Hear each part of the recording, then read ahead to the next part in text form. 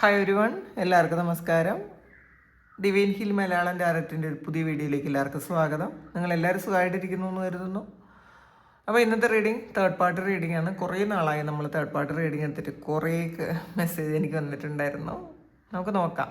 അപ്പോൾ ഇന്ന് നോക്കാം, നിങ്ങളോടും തേർഡ് പാർട്ടിയോടുമുള്ള കറണ്ട് ഫീലിങ്സ് എന്താണ്. നിങ്ങളോടുള്ളതെന്ന് നോക്കാം, തേർഡ് പാർട്ടിയുള്ളതെന്ന് നോക്കാം. അപ്പോൾ ആദ്യമായിട്ടാണ് എൻ്റെ ചാനൽ കാണുന്നതെന്നുണ്ടെങ്കിൽ സബ്സ്ക്രൈബ് ചെയ്തതിനും സപ്പോർട്ട് ചെയ്യുക. നിങ്ങൾ ഇതുവരെത്തുന്ന സ്നേഹത്തിനും സപ്പോർട്ടിനും ഒരുപാട് നന്ദി. നിങ്ങൾ സബ്സ്ക്രൈബ് ചെയ്തതിന് ശേഷം കാണുമ്പോൾ നിങ്ങളുടെ എനർജി എനിക്ക് ടാപ്പ് ചെയ്യാൻ പറ്റും, കൂടുതൽ ആക്യുറേറ്റ് ആയിട്ടുള്ള റീഡിങ്സ് തരാനും പറ്റും. അപ്പോൾ നമുക്ക് നോക്കാം, നിങ്ങളോടും തേർഡ് പാർട്ടിയോടുമുള്ള കറണ്ട് ഫീലിങ്സ് എന്താണെന്ന് നോക്കാം. ആദ്യം നിങ്ങളോടുള്ള ഫീലിങ്സ് നോക്കാം, പിന്നെ തേർഡ് പാർട്ടിയോടുള്ളത് നോക്കാം.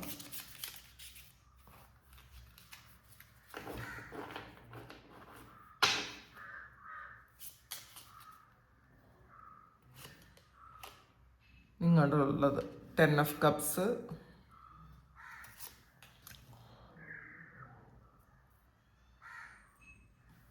Two of Wands, ഡെവിൾ വന്നിട്ടുണ്ട്, ഡെത്ത് വന്നിട്ടുണ്ട്,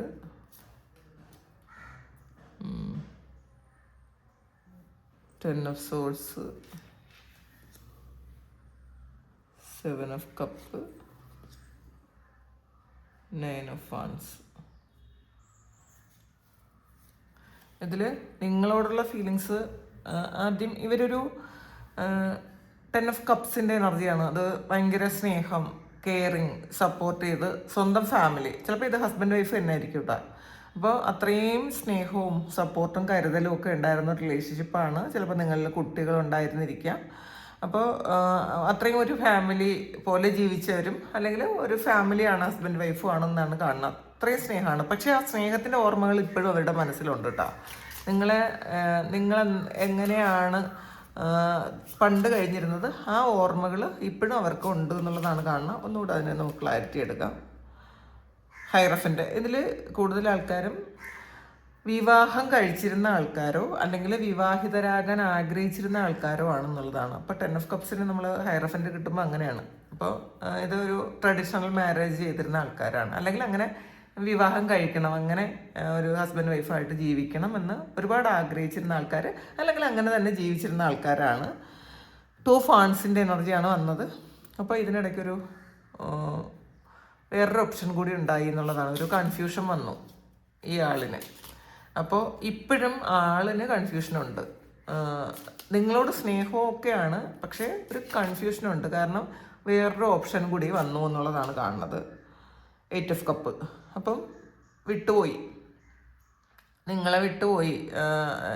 ഒരുപാട് സ്നേഹം ഉണ്ട്, പക്ഷേ അവിടെ ആ സ്നേഹം പ്രകടിപ്പിച്ചുകൊണ്ട് നിൽക്കാൻ പറ്റുന്നില്ല, വിട്ടിട്ട് പോയി എന്നാണ് കാണുന്നത്. ഈ ഒരു സമയം ഈ ആളിന് ഈ വിട്ടുപോയ ഒരു എനർജിയാണുള്ളത്. പൂർണ്ണമായും നിങ്ങളിലേക്ക് തിരിച്ച് കണക്ട് ചെയ്യാൻ ഈ ആളിന് പറ്റിയിട്ടില്ല. അപ്പോൾ സ്റ്റിൽ അങ്ങനെ തന്നെയാണ് ഉള്ളതെന്നാണ് കാണുന്നത്. ഡെവിളാണ് വന്നിട്ടുള്ളത്. അപ്പം ഒരു തേർഡ് പാർട്ടി സിറ്റുവേഷൻ ഉണ്ടായി, വേറൊരു റിലേഷൻഷിപ്പിലേക്ക് പോയി, ഒരു ഫിസിക്കൽ റിലേഷൻഷിപ്പിലേക്കൊക്കെ പോയിട്ടുണ്ടായിരിക്കാം. അതുകൊണ്ട് തന്നെ ഒരു നെഗറ്റീവായിട്ടുള്ള ഒരു എനർജി അവിടെ വന്നു. ഡെവിളും ഡെത്തും വന്നിട്ടുണ്ട്.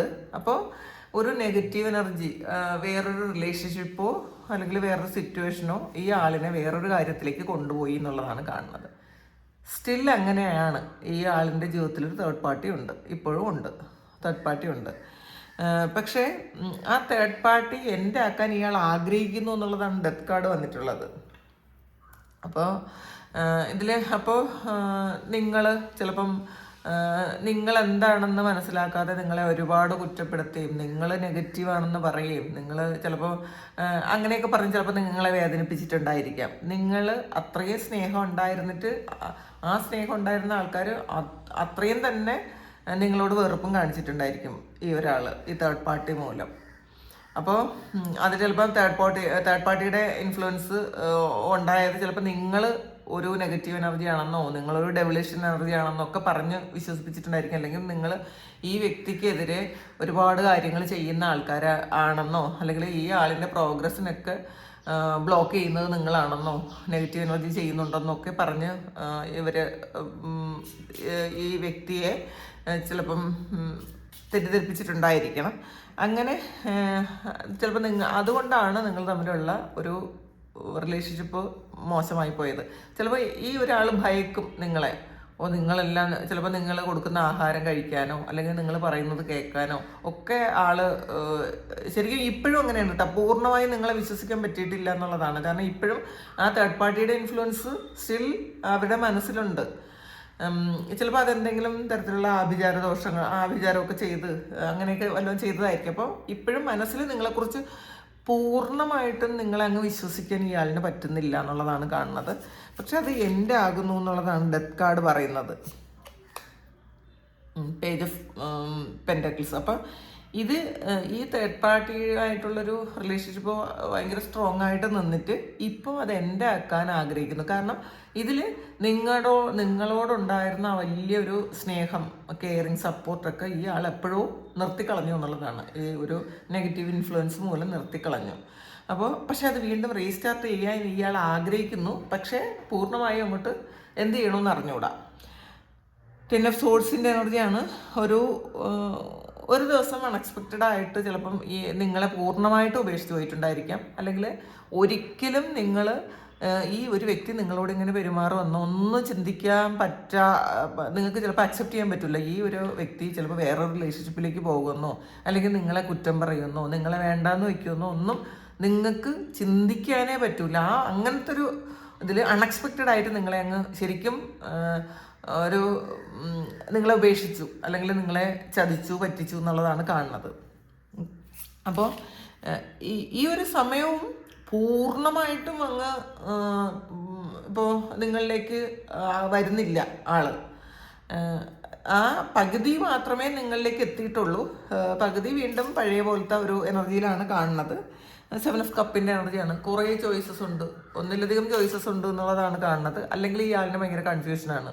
ഇത് നിങ്ങളിലേക്ക് വരണോ അല്ലെങ്കിൽ വന്നാൽ ഇനി ശരിയാവോ, വീണ്ടും നിങ്ങൾ പഴയ കാര്യങ്ങൾ ഓർമ്മിപ്പിച്ചുകൊണ്ടിരിക്കൂലേ, ഇയാളെ വിശ്വസിക്കുമോ.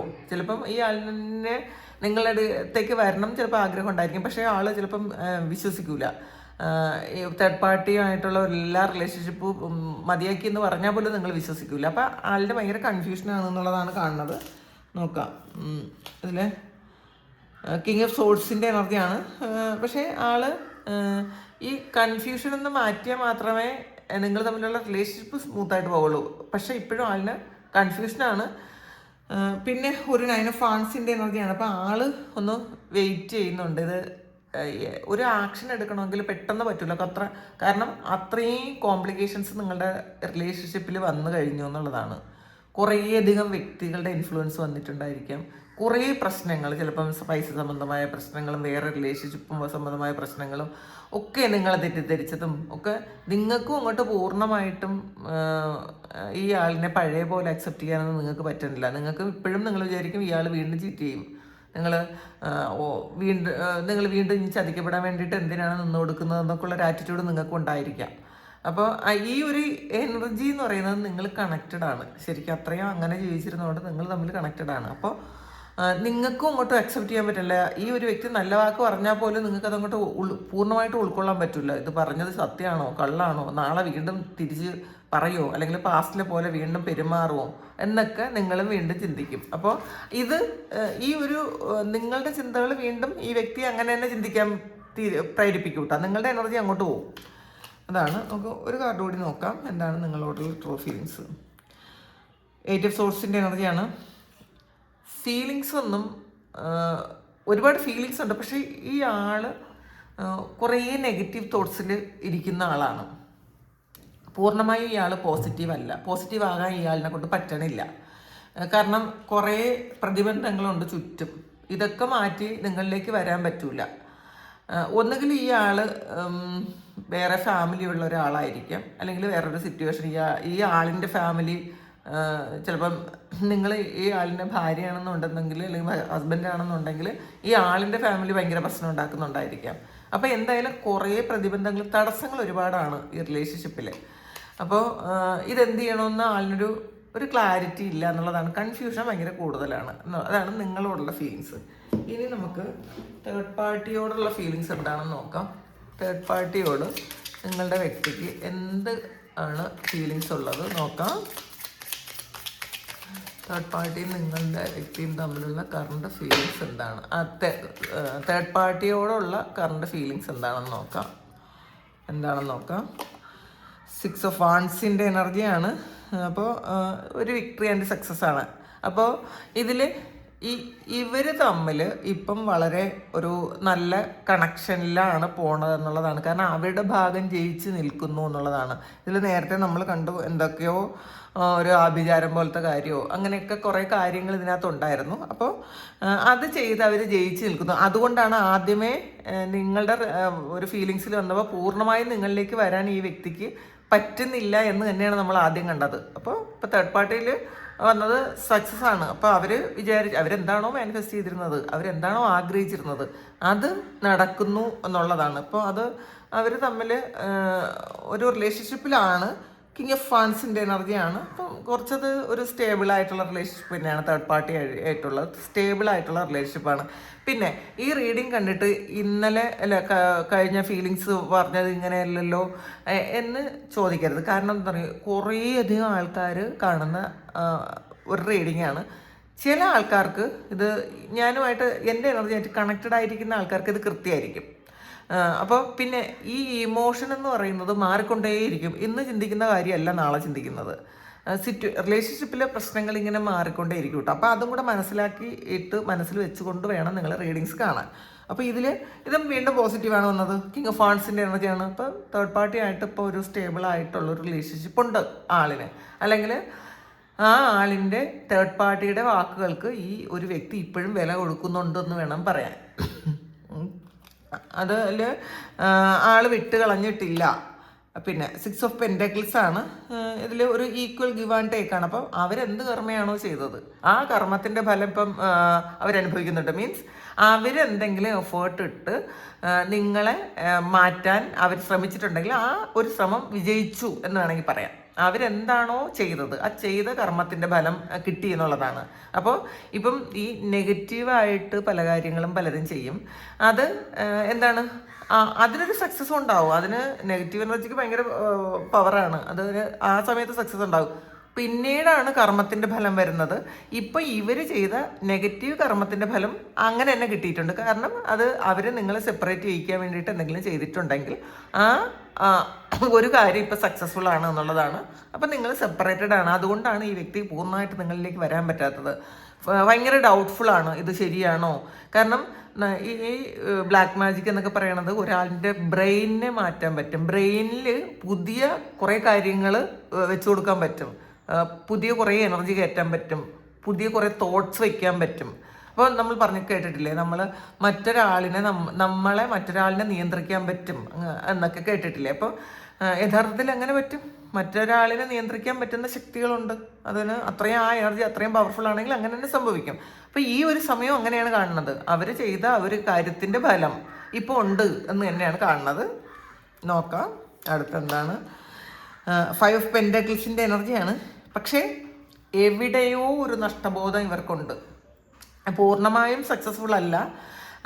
ഇവർ തമ്മിൽ സ്നേഹവും റിലേഷൻഷിപ്പും ഒക്കെ ഉണ്ടെങ്കിലും എന്തോ ഒരു മിസ്റ്റേക്ക് ഉണ്ട്. എവിടെയോ ഒരു ഭാഗം ഫില്ല് ചെയ്തിട്ടില്ല എന്നുള്ളതാണ് കാണുന്നത്. ഇവർ ഏതോ ഒരു സമയത്ത് ഇവർ നിങ്ങളെക്കുറിച്ച് ചിന്തിക്കുന്നുണ്ട്. ചെയ്തത് തെറ്റായിപ്പോയി എന്നവർക്ക് മനസ്സിലാകുന്നുണ്ട്. അതിപ്പം നല്ല പ്യുവർ എനർജിയിൽ ഇരിക്കുന്ന സമയത്ത് അവരവരുടെ ആ ബോധത്തിലേക്ക് വരുമ്പോൾ അവർക്ക് മനസ്സിലാവും ചെയ്തത് തെറ്റാണ്. നിങ്ങളെന്ന് പറയുന്ന നഷ്ടം വളരെ വലിയ നഷ്ടം തന്നെയാണ് എന്നവർ ഈ ഒരു ചില സമയം ചിന്തിക്കുന്നുണ്ട് എന്നുള്ളതാണ് കാണുന്നത്. ഡെത്താണ്. അപ്പോൾ ഇത് ഈ ഒരു എനർജി ഡെത്താവും എന്നുള്ളതാണ് കേട്ടോ. ഇവർ തമ്മിലുള്ള ഒരു എനർജി എൻ്റെ ആകും. കാരണം ഇവർക്ക് കൺഫ്യൂഷനുണ്ട്.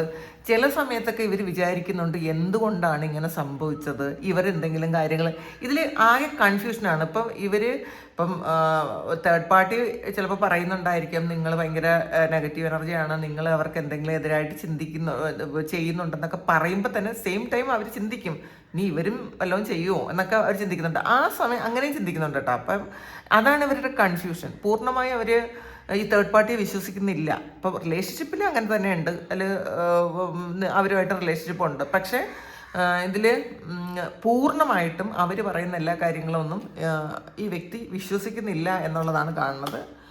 ഇത് എംബറർ. പക്ഷേ ഈഗോ ഉണ്ട്.